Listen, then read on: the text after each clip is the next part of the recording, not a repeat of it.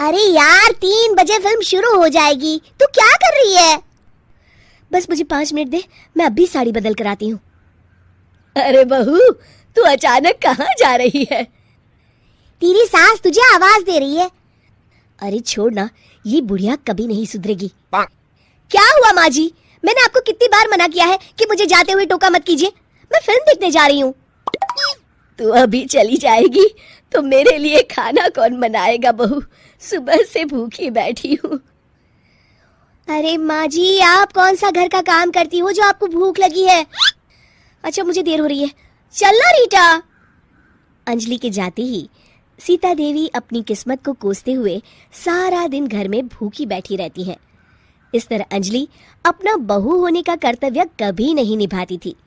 वहीं दूसरी तरफ अपनी सास के खाते से पैसे निकाल के अपने शौक पूरे करती थी। लेकिन सीता देवी इस उम्मीद पर थी कि एक दिन उसकी बहू सुधर जाएगी। फिर एक दिन सीता देवी की जुड़वा बहन गीता देवी वहां आती है। अपनी बहन को घर के काम करते हुए देख गीता देवी आग बबूला हो जाती है। अरे ये सब यहाँ क्या चल रहा है सीता? तेरी बहू कहाँ है जो तू घर के काम कर रही है? सीता देवी भावुक होकर रोने लगती है। अब तुझसे क्या छुपाऊं? मेरी बहू रत्ती भर भी मेरी इज्जत नहीं करती। मजबूरी में मुझे घर के सारे काम करने पड़ते हैं। वो तो बस सारा दिन अपनी सहेली के साथ सैर सपाटा करने में लगी रहती है। अच्छा, तो उस चिड़िया के पर निकल आए। तू चिंता मत कर, मैं ऐसी कई बिगड़ैल बहुओं को ठीक कर चुकी हूँ। अब मैं इस चुड़ैल से निपटूंगी। तू कुछ दिनों के लिए मेरे घर चली जा, मेरी बहू तेरी अच्छी देखभाल करेगी। फिर दोनों बहनें आपस में साड़ियां बदल लेती हैं और सीता देवी अपनी बहन के घर चली जाती हैं। देर रात अंजलि जब घर आती है तो अपने कमरे का नजारा देख उसकी आंखें फटी की फटी रह जाती है। हे राम, मेरे कमरे का एसी कहाँ चला गया? और मेरा 56 इंच का एलईडी टीवी कौन ले गया? अंजलि तहस के साथ अपनी सास के कमरे में जाती है। तभी वो देखती है कि उसके कमरे का एसी और टीवी उसकी सास के कमरे में लगा है और गीता देवी आराम से एसी की हवा खाते हुए सास बहू सीरियल का मजा ले रही हैं। अच्छा, तो ये सब इस बुढ़िया की कारस्तानी है। अभी इसे बताती हूँ। ये सब क्या है माँ जी? आपकी हिम्मत कैसे हुई मेरे सामान को हाथ लगाने की? क्यों बहू, ये सारा सामान तूने तेरे पिताजी के पैसों से खरीदा है क्या? है? लगता है तू भूल गई कि ये सारा सामान मेरे पैसों से आया है, इसलिए मैं अपनी सारी चीजें अपने कमरे में उठा लाई। तुझे कोई एतराज है?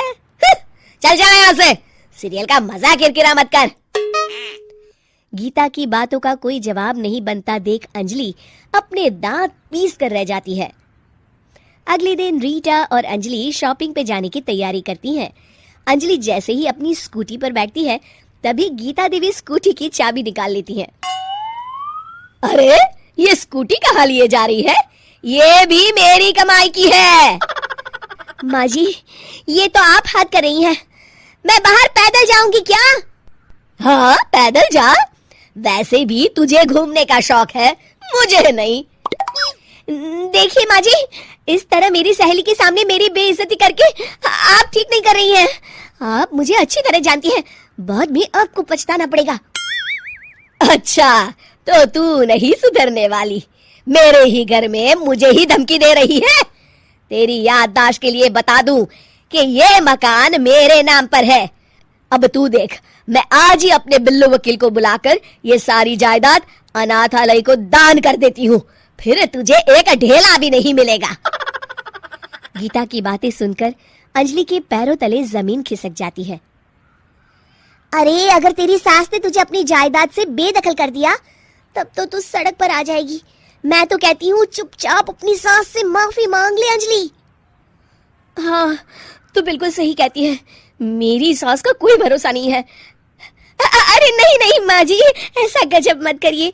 आज के बाद मैं आपको कोई तकलीफ नहीं दूंगी और घर के सारे काम ना मैं ही कर लूंगी। मैं आपको एक अच्छी बहू बनकर दिखाऊंगी। कुछ दिनों के बाद, ये लीजिए माँ जी, आराम से गाजर का हलवा खाइए। खुशबू तो बहुत अच्छी है। हाँ माँ जी, वैसे मैंने सब काम कर लिया है, तो मैं आपके पैर दबा दूं? आप आराम से हलवा खाइए। इस तरह गीता देवी अंजलि को सही रास्ते पर ले आती है और सीता देवी वापस अपने घर में आकर रहने लगती है।